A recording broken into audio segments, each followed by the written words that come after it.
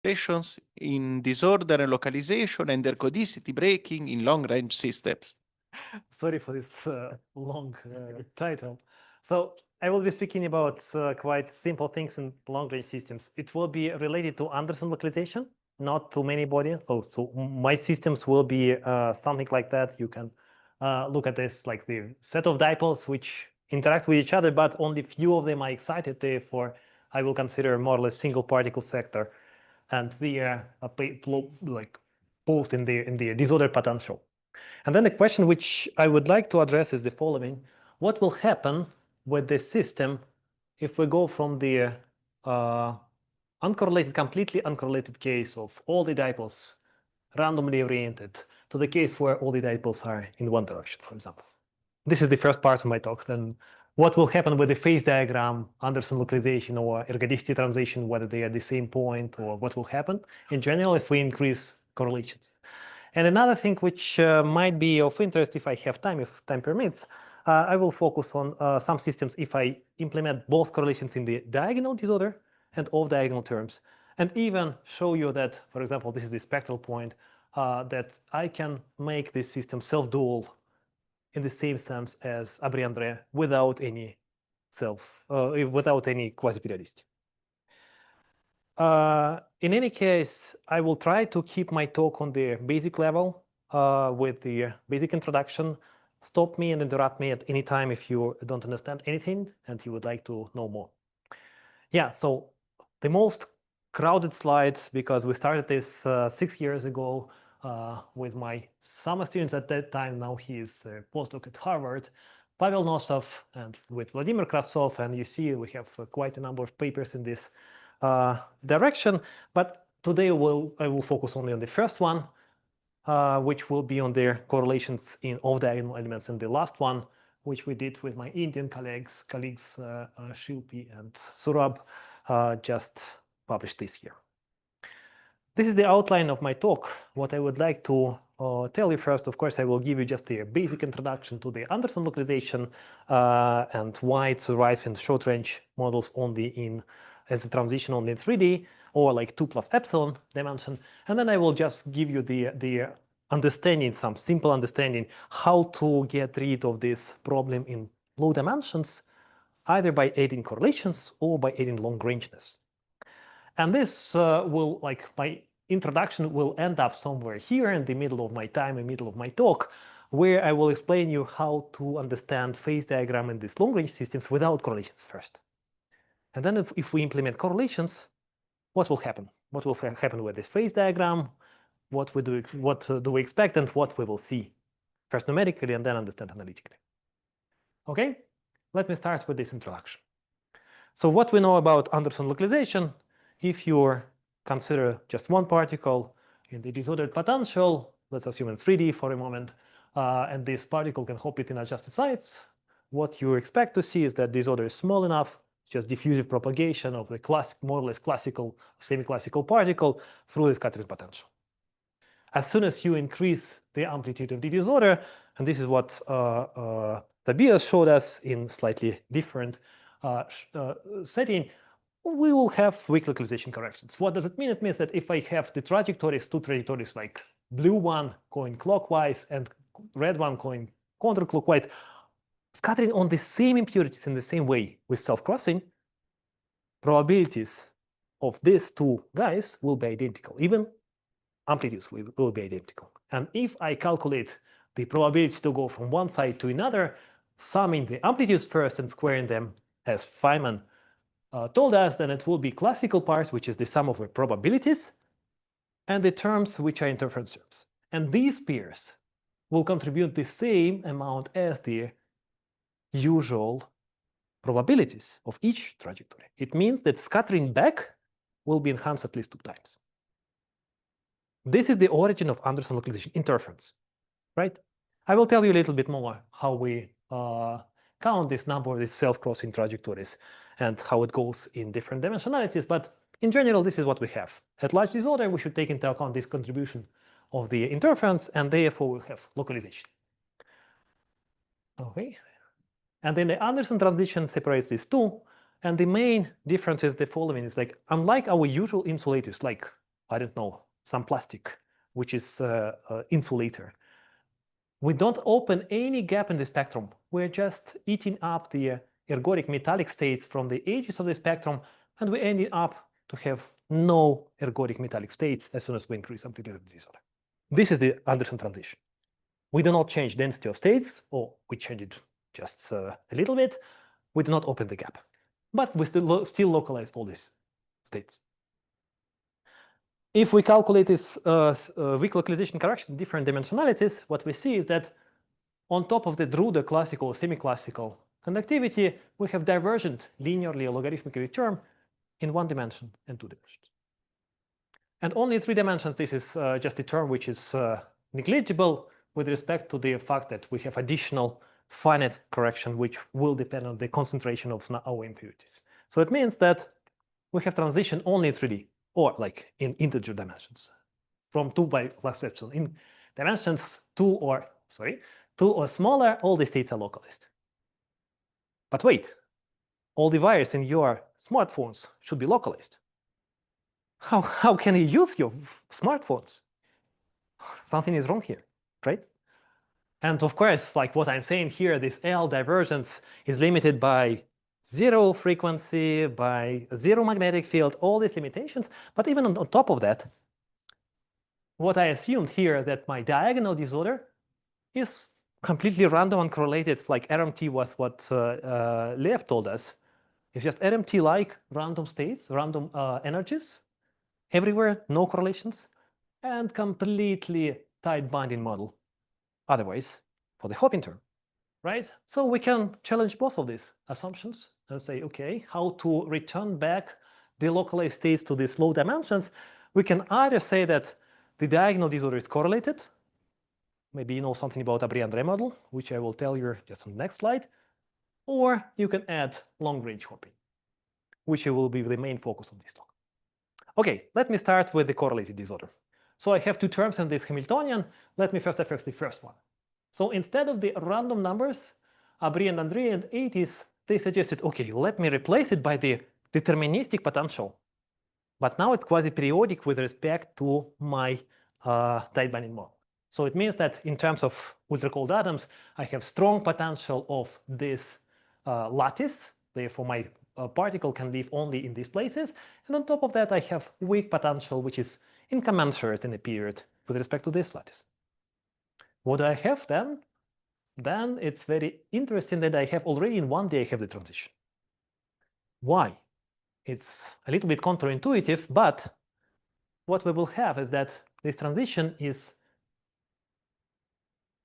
supported by the Fourier transform duality between the real space and the momento space. If I just do the Fourier transform on my wave function, then immediately my term, which was quasi-periodic diagonal and quasi-periodic cosine, which is exponent plus, exponent minus, will be the Hopin term or coupling between 2 adjacent plane waves. And the same will happen with the Hopin term. After this, it will become just a cosine term. You see, I exchanged terms if I changed the basis from real space to the momento space. And at the point where these amplitudes of these 2 terms, which was W, diagonal term here, 2W, and it becomes 2J, is they identical, it's W over J is 1. Something should happen, right? So if on the right at large disorder I see localized states, in the momento space it may be nearly plane waves, right? Plane waves in the momento space localized in real space. Or vice versa, here I should have delocalized ones just because of the duality. I changed W over J over W, and I see that this should be transition. This point is self-dual and this is special. But you see, it's like implementing correlations in the diagonal disorder can have delocalization. It favors delocalization. Okay, now what I can do else in order to have delocalization in 1 dimension or 2 dimensions, let me change the off-diagonal term. How can I do this? Let me just take the set of dipoles. Then, of course, we know that dipole-dipole interaction decays in the power law fashion, right? It depends on the orientation of dipoles. And now so this is interaction of many body. Let me just consider the situation where dipoles up, or like this blew up, only few of them. I will consider even 1. If I apply this interaction term to this set, you see that what I will see is just the dipole flip. It looks like just this blue dipole goes here at the long distance, hops there. This is what interaction is doing. Interaction is just flipping one dipole. This dipole just excites one photon. Why we have this dimensional, this power law decay is just the Green's function of the photon in three-dimensional space. And then another dipole just absorbs this photon. That's it, nothing else. But in terms of the single particle, it means that, okay, we can do the same with the other one. It means that it will be kinetic term which is power law decayed. And it was suggested in the end of 80s, beginning of 90s, as the model which is in 3 dimensions, showing us critical multifractal behavior, which we will discuss today. But wait, so here what I will use as the control parameter will be my power. Before, in the Anderson model, it was the amplitude of the disorder. Now I will show you that it's not very relevant. What is relevant is this power. How can I change this power? Quite simple. So we understood that this power is just going from the Green's function of the light propagation in free space. Let me just change the light propagation. For example, put in my system in the cavity and engineer it in such a way that these modes will decay in the different form. And what I can do, I can change this power. So what is experimentally is doable is to change this power, I think, between 2 and 6 in these systems. But in general, like as theoreticians, we can say, whatever. Let's consider just any power. The only thing we should probably do is that we should not keep this numerator because, okay, let's assume that these dipoles are oriented in the random fashion, then it will be just random number. Again, in the same spirit as Lev told us about RMT, let's say, oh, our hopping term will decay in the power law fashion because of this dipole-dipole-like thing, but we don't care about the correlation for a moment of this amplitude. Okay, so this was suggested in the 90s, and interestingly, this model has the transition only as a function of power, not as a function of the amplitude of the disorder here. Let me explain it. So d-dimensional system, D is 1 or 2. We are not going beyond 2. Therefore, if I send A to infinity, I return back to the tight binding model. Because as soon as m minus m is larger than 1 interatomic distance, everything will be gone. I send A to infinity. Then at any amplitude of the disorder, alpha or A going to infinity corresponds to localization. Doesn't matter what is W. On the other hand, if I send A to 0, then okay, another reference to Lev, it's Gaussian ensemble, all-to-all coupled. And we know it's ergodic, metallic. So at A equal to 0, everything should be metallic. A equal to infinity, everything should be localized. Somewhere in between should be a transition. Again, doesn't matter what is the amplitude of the disorder if I don't scale it with the system size. Forget about Rosenfeld Porter for a moment, okay? Obvious. Okay, so then let me explain you why it happens at A equal to D. For that, let me just start with the localized side of the transition and just use that technique which people are calling resonance counting. What I will do, I will just do perturbation theory, first order perturbation theory, and just mark the places where it diverges. So for that, what I'm doing is just first order perturbation theory. I start with one side, for example, side M. I write down the first order perturbation theory, and still I'm fine here in the localized space as soon as all these elements are smaller than 1, right? As soon as the hopping term is smaller than the level spacing, the spacing between the energies at these two sides, I'm still fine. It's just perturbation theory, it will work. But still I can hop at along that distances from side M to side N. And if I do this at long distances, it may happen that my energies are very close to each other, closer than the hopping term. So it might happen that I have resonance. What does it mean? It means that I have this energy difference smaller than J. So it seems that, okay, it's not very big deal. Okay, it's just one term. But it's just first order perturbation theory. In the second order, it will enter as well, and it will diverge the entire series. We should do something with that. What we usually do is just we're saying, oh, if it's really strong, if J is really big with respect to the energy difference, we should consider degenerate perturbation theory. We should consider symmetric and antisymmetric combination and proceed. But before we're doing that, we should calculate how many of the sites N are in resonance with our initial site. So we started with some site M, we propagate with the increasing distance, and we calculate how many of resonances do we have, how many of these degenerate perturbation theory processes we should apply, hybridizations. Okay? So let us do this for this simple model. For that, we should understand the following thing.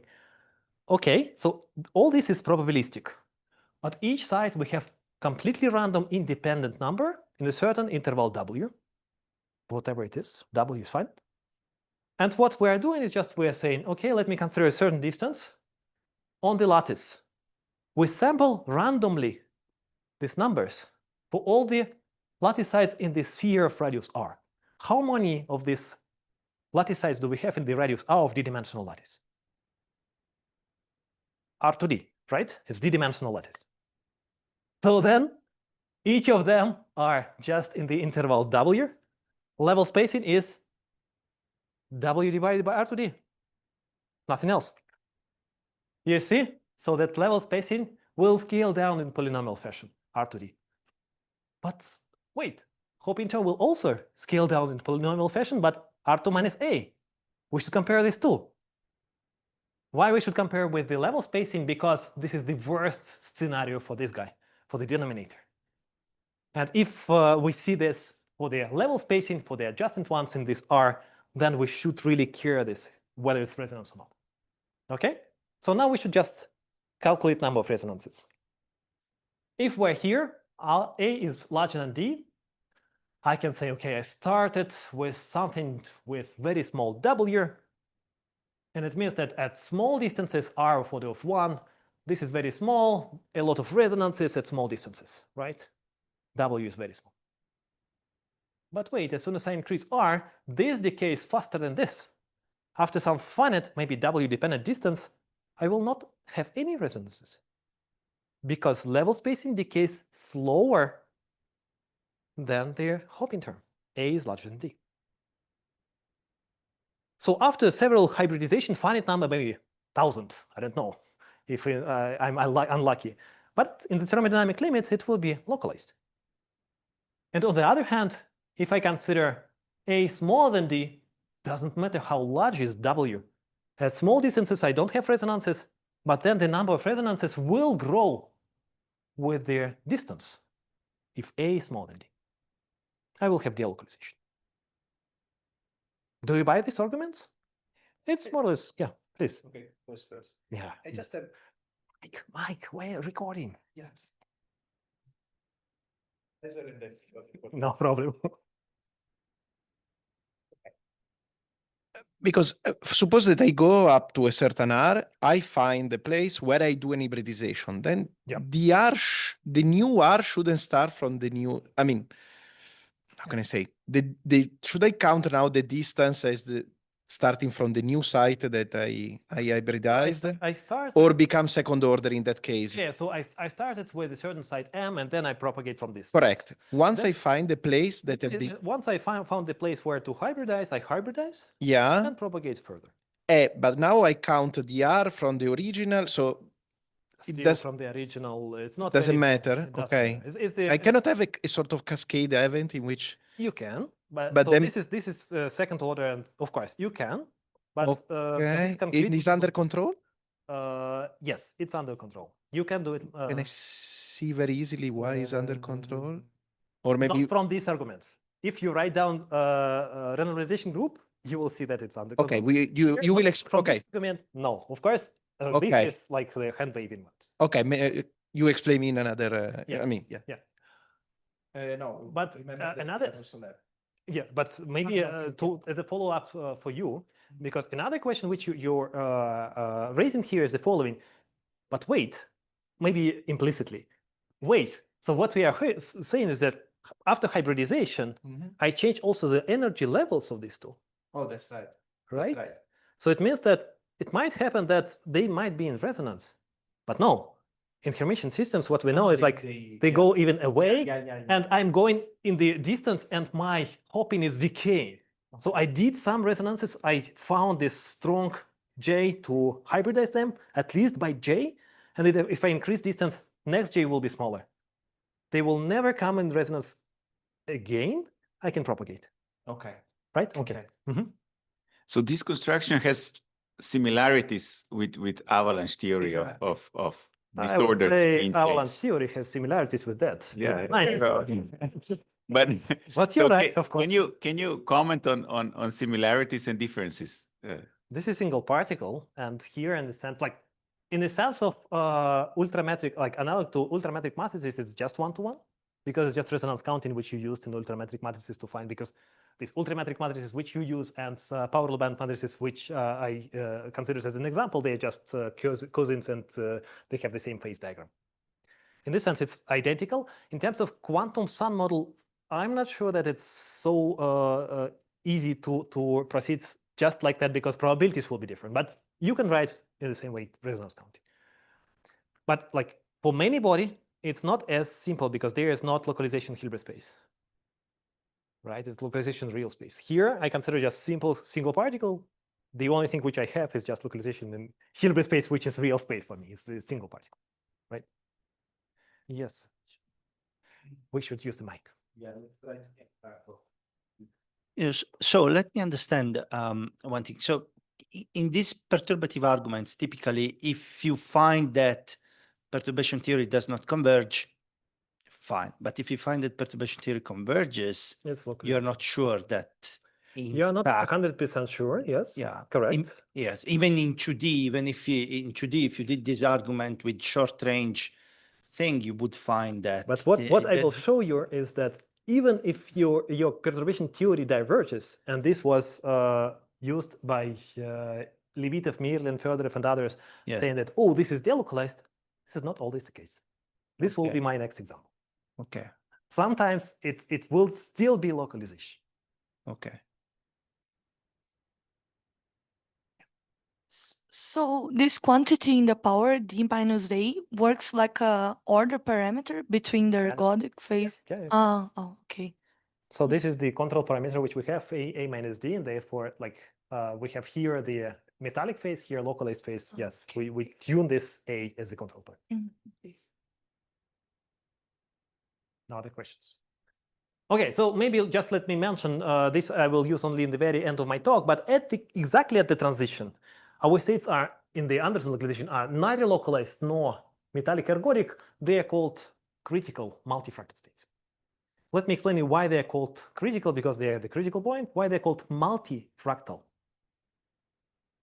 Because if I just take the wave function intensity, cut it at a certain level, and plot the sites where wave function is of this order, this will form kind of the fractal with a certain house of dimension. If now, therefore they're called fractal because they have fractional house of dimension. If now I change the cutoff level, the dimension, house of dimension of this fractal will change. And therefore, in order to characterize this wave function, I need many fractals with different house of dimensions, multiple of them. Therefore, I'm multifractal. So they are rather complicated. And you can characterize them with the fractal dimension in terms of inverse participation ratio. I just take the wave function intensity psi squared, raise it to a certain power q, and calculate that. And it will scale with the system size. For me, it's Hilbert space dimension system size are the same, single particle, as this 1 minus q dq. Q equal to 1 corresponds to normalization. Therefore, it shouldn't scale. It's just 1. But otherwise, it's dq. And this dq is the fractal dimension, set of fractal dimensions between 0 and 1. It's 1 for all the ergodic states, 0 for localized, and fractional for multifractal states. Why do they care about that state? Is that in order to characterize, for example, many-body physics, many-body localization, if the states are localized in real space, it was shown, and I can explain here in the break if you want, that they are multifractal in Hilbert space. Moreover, you can enhance superconductivity with these multifractal states. If you go across the Anderson transition, you can, for example, increase the superconducting gap at the transition. Or as was shown by colleagues of Nikita at some point. So in 2018, before Nikita went to Google, I think, They claim that they can really speed up Grover's algorithms, quantum search algorithm. Wait, you mean beyond the quadratic advantage, or they can reach the quadratic advantage? So what they claimed is still that you have, so for them it was this population transfer between low line local minima. Okay. And what they claim is that they can, it still will be like exponentially difficult to find the global minimum, but this exponential is small. Okay, so now let's return back. Forget about these multifractal states until the end of my talk, because it was just introduction. Let's go back to this power law decaying situation and understand one thing. The states on the localized side of the transition, they are not exponentially localized. They are only power law localized. Just look at the first order perturbation theory. In the first order perturbation theory, this J is power law decaying. And typically, this difference is of order of W, therefore, wave functions are power law localized, with the power equal to this A. But still, what you have here, they are localized, here they are ergodic. What if, and what we understood that all these hopping terms are random divided by this envelope. Yeah, what if I change this randomness by just correlated things? What was found in 2018 in numerical work for all the alphas, it will change the phase diagram dramatically. On the right-hand side, it still will be power law localized with the same power. But on the left-hand side, where the perturbation theory diverges, the states, bulk states, measure one of the states, will be still localized. Power law localized. And the power will be symmetric with respect to the point A equal to D. So if on the right-hand side, it's very simple to say, okay, as soon as I increase A, I make my system more and more short range. What I have, wave functions are more and more short range. If I go back from this point here down, I make my system more and more long range. And my wave functions are becoming more and more short range. How can it possible? How can we deal with that? The point that they are correlated. And this is important. Important to understand one thing. First, of course, like on the right hand side of the transition, everything is just perturbation theory. Forget about correlations. Whatever is there is just first order perturbation. But on top of that, what you see here, if I don't consider this diagonal disorder, this is translation invariant model. I can find the spectrum of this model just going to the momentum space. Again, like I did with this Briandre. Let me do it. So this term will become diagonal term. And the spectrum of that I will show you in a minute.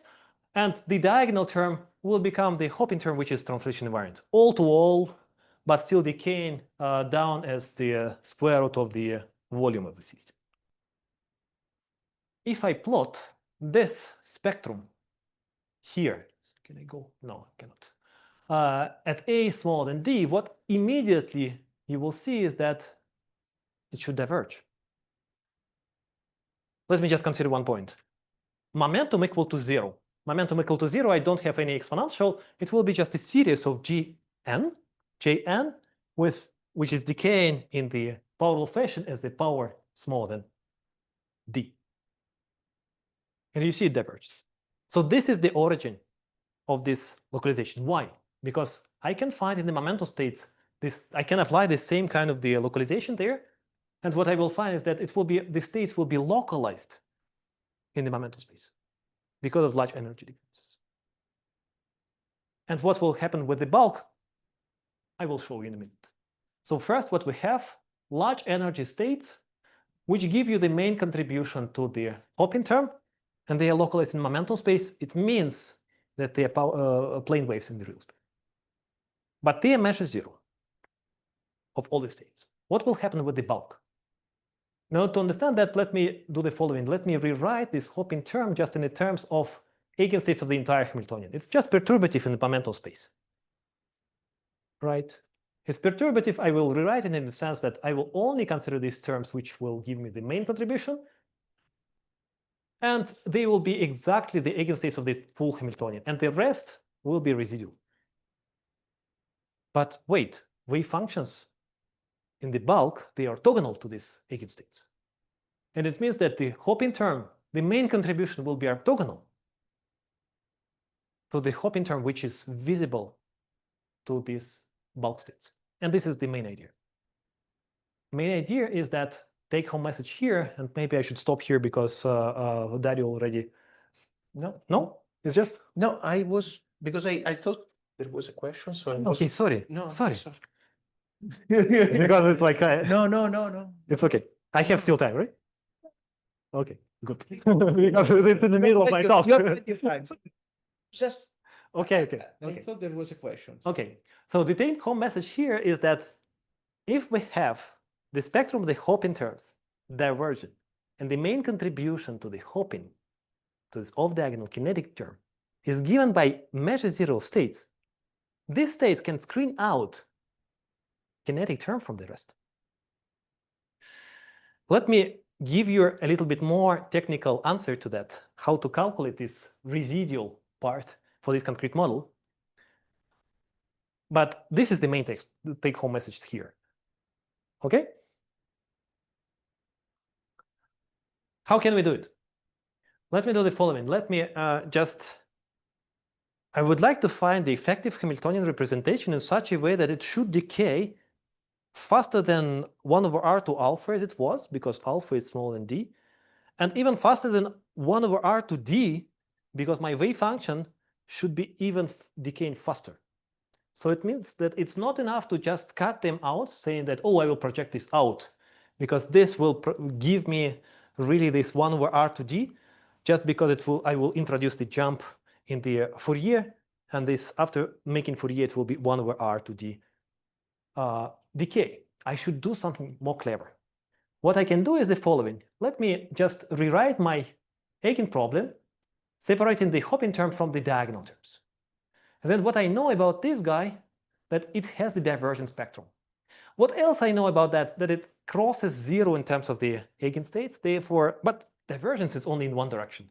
Let me do the following. Let me shift it first, just by constant.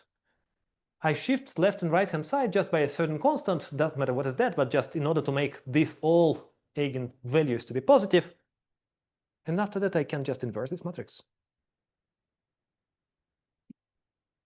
And after the inversion, what was large will become small, what was of order of 1 will become of order of 1. So what I will have, so it's again my eigen problem, it's the wave function is equal to the diagonal matrix, random, energy dependent, eigenvalue dependent, multiplied by something which is translation invariant with a narrow spectrum. And the spectrum will look like that. What was large would become very small, what was of order of 1 will become still of order of 1. Now let me just rewrite this guy in the more straightforward way. Let me separate diagonal part of this matrix M from the off diagonal. Because matrix M is translation invariant, each diagonal is just constant. Main diagonal is constant, first diagonal minus first, they are all just constant on each diagonal. Then therefore I will separate M0 as a constant, and what you will see is that the diagonal part will look like just effective energy. Disorder is as it was, and on the right hand side I have all diagonal elements, which are given by this matrix M times the off diagonal term. But already in the previous slides you should stop me and say, wait, I cannot solve this problem because it's eigenvalue problem and eigenvalue enters in many places. It's impossible. It's possible because it's perturbative. Right hand side will be as the same as we saw for the power law band matrices for A larger than D. And therefore I can perturbatively do that. This is residual one. Only one step left. Let me just substitute what was the spectrum of this guy, and let me do this inversion, and let me calculate this in the real space. If I do that, so I started with the power law. Probably you remember from your first year, second year classes, then the Fourier of power law is still power law.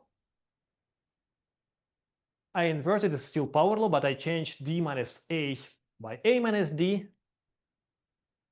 I do in another Fourier, now inverse Fourier. And the only thing which I changed A minus D by D minus A. You see, it's 2D minus A immediately. And you remember that states were decaying in that fashion. This is the answer.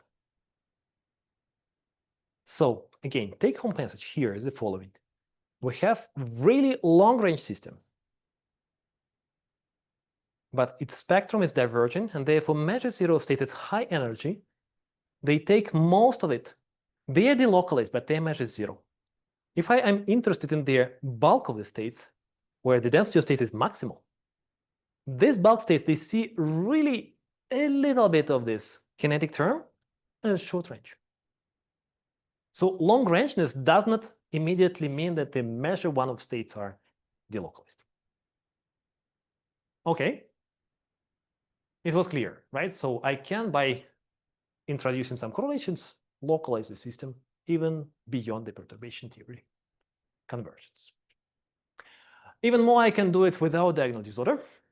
If my disorder is positional disorder, so what we consider so far, it was just diagonal disorder, and on the lattice, I can do the same, not without this matrix inversion trick, without inverting the matrix, if I have just the position disorder, if I have random cloud of atoms, and still the same function decaying, like power law fashion decaying, hopping. For that, I should take into account some tricks of special randomization group suggested first in, again, 8 of 80s, not by Levitev, by Burin and Maximov. But I can do the same, and I can effectively renormalize and find that, oh, it's the same. In general, if I have the envelope of this function decaying slowly, I have the same similarity. As soon as this function is decaying faster than 1 over R to D, I have perturbation theory. As soon as this function is decaying slower, so it's much larger than 1 over R to D, I will do this renormalization, and more or less it will give me this result of 1 over F and 1 over 2D, R to 2D. So it will decay faster. So again, we have this duality here for any smooth correlated functions. Of course, it will break down as soon as I add randomness there. Okay, take-home message is clear. Any questions before we go to the last part, where we'll introduce correlations to the diagonal disorder? Yes, so I was wondering, so how much fine-tuning do we really need? I mean, how stable is this? Yes, if I add even small in absolute value fluctuations decaying with the power law, which is power law smaller than d, it will be gone. If on top of that I say, no, what I will do, like I mentioned, physical system will be just dipoles in the strong electric field, which can be aligned or anti-aligned. If I tilt all these dipoles, I can smoothly change it from localization to delocalization. This is what we did in 2D. So it depends on what you would like to do. If you introduce the gap in the spectrum, for example, this was not gapped spectrum, it was smooth but divergent. If you introduce a gap in the spectrum, you can make states fractal or multifractal. Instead, after this matrix inversion trick, so you have a variety of things. Like, with correlations, you can do many things.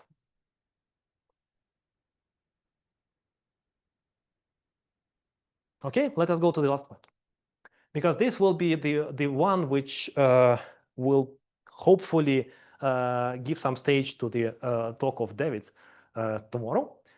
I'm not sure exactly, but you will tell me. So what we know from this resonance counting, what we did, we calculated for uncorrelated diagonal disorder, we calculated the thing that, what will be the level space in the distance R?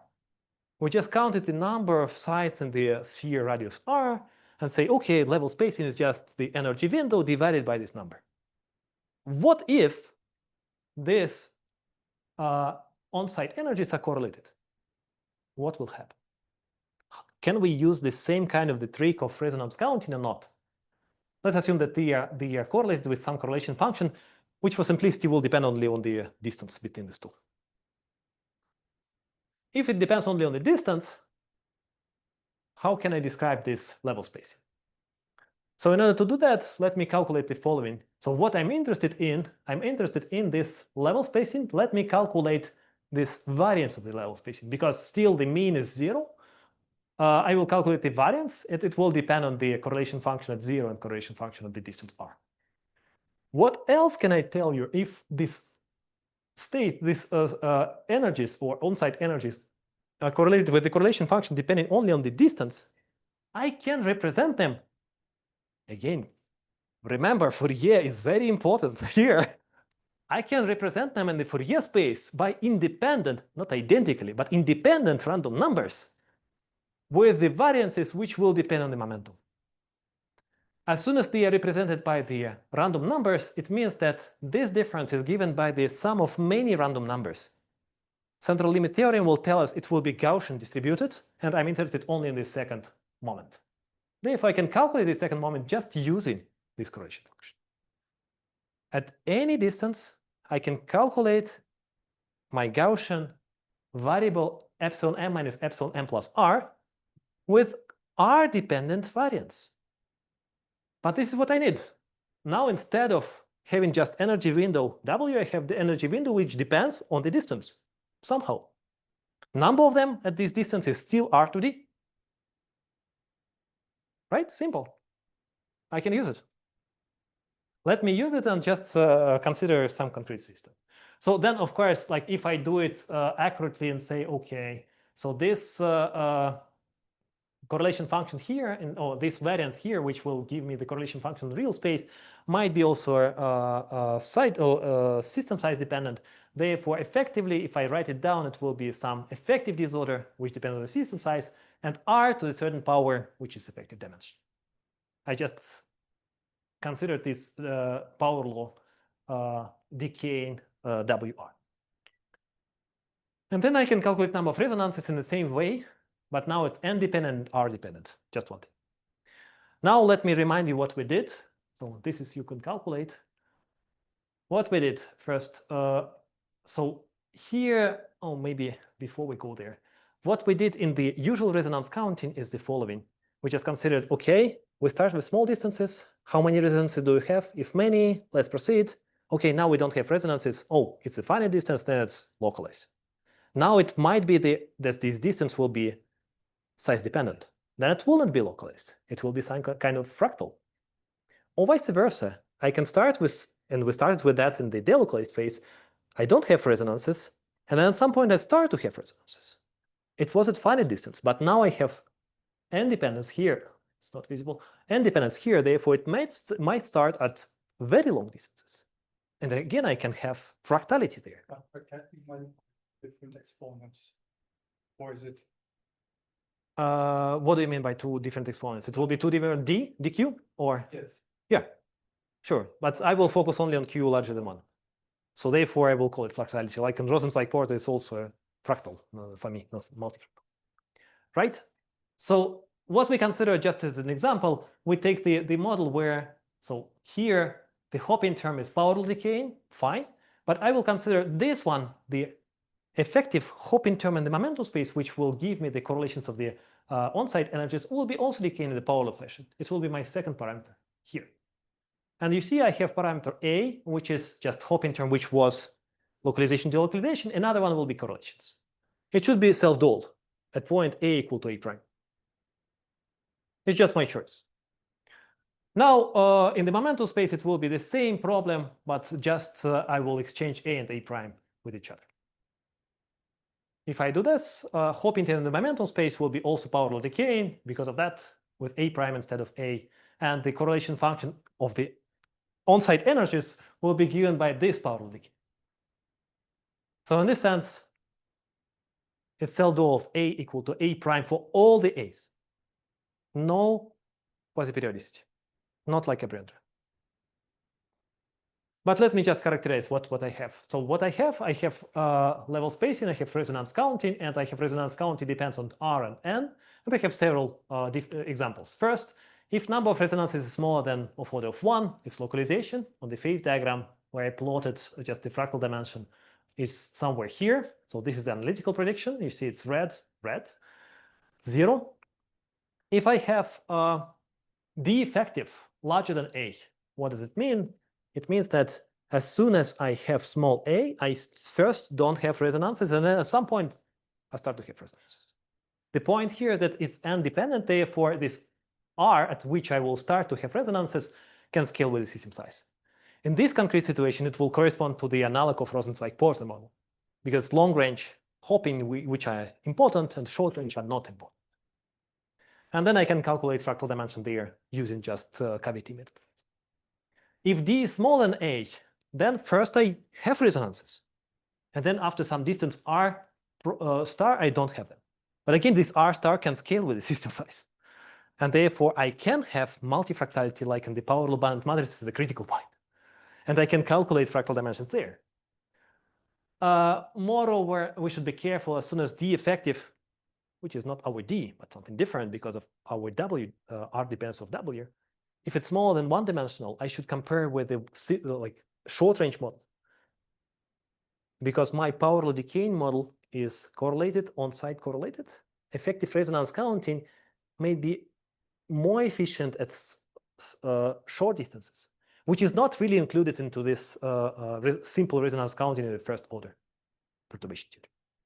Therefore, I should compare with the result of the one-dimensional model. Yeah, to summarize, so these two last things are giving me the way to the multifractality. This is localized part, this is Rosenzweig-Porter-like thing, and this is multifractal. The rest is just ergodic, but ergodic in a sense of fractal dimension. If I do the same and say, okay, fine, I will just cross here and look at the fractal dimension as a function of A. So this is analytical prediction and numerical model is okay. So here it's less okay because this one-dimensional estimate gives you the good estimate as soon as you are at small enough A prime, but as soon as you go to larger A prime closer to 1, it will be worse and worse. You are closer to the critical point. In any case, if I plot now spectral statistics in order to show, okay, whether it's really ergodic where fractal dimension is 1, and my model is self-dual, A prime is changing to A, should give me the same if I just do Fourier transform, my spectral statistics should be dual with respect to this bisector. So if I put there the phase diagram, I should put here the same in the momentum space. And here, like blue one corresponds to the ergodic. So in Rosenzweig-Porter, the fractal phase, we know that R statistics is still of Wigner-Tyson kind. This is really ergodic part. This is really ergodic part. This is localized. This is localized. And this has the critical Poisson statistics in the multifractals. This is what we have. Let me just summarize what we discussed today. First, we discussed that by correlations, I can induce localization in long-range systems, right? Just by introducing high-energy modes which are delocalized in real space, I can take out all the or most of the kinetic energy terms from the bulk states. Or we can generalize resonance counting to the correlated models if the correlations they depend only on the distance. And this is related to what David will tell us about the radial disorder tomorrow, right? And yeah, so we applied this simple physics to one concrete model, which is self-dual, which is just an example of the application of this method. Yeah, so and the main idea behind it, why I'm looking at these long-range systems, some people struggle with the localization of light. In, for example, 2 dimensions where you should have localization in the light, which is not as the usual matter, because it has the polarizations. As soon as you have systems with the vectorial polarization, for example, in 2-dimensional system, if your polarization is in plane, you don't have localization whatsoever. You have the cloud of atoms, you shine light, and you don't see Anderson localization. And this is still a puzzle. Yeah, thank you for your attention. And Thanks a lot. More questions? Okay, apparently we already asked all the questions during the talk. Sure, of course. Okay, so today's over. Tomorrow, 10 a.m. in the lobby. Don't forget. And that's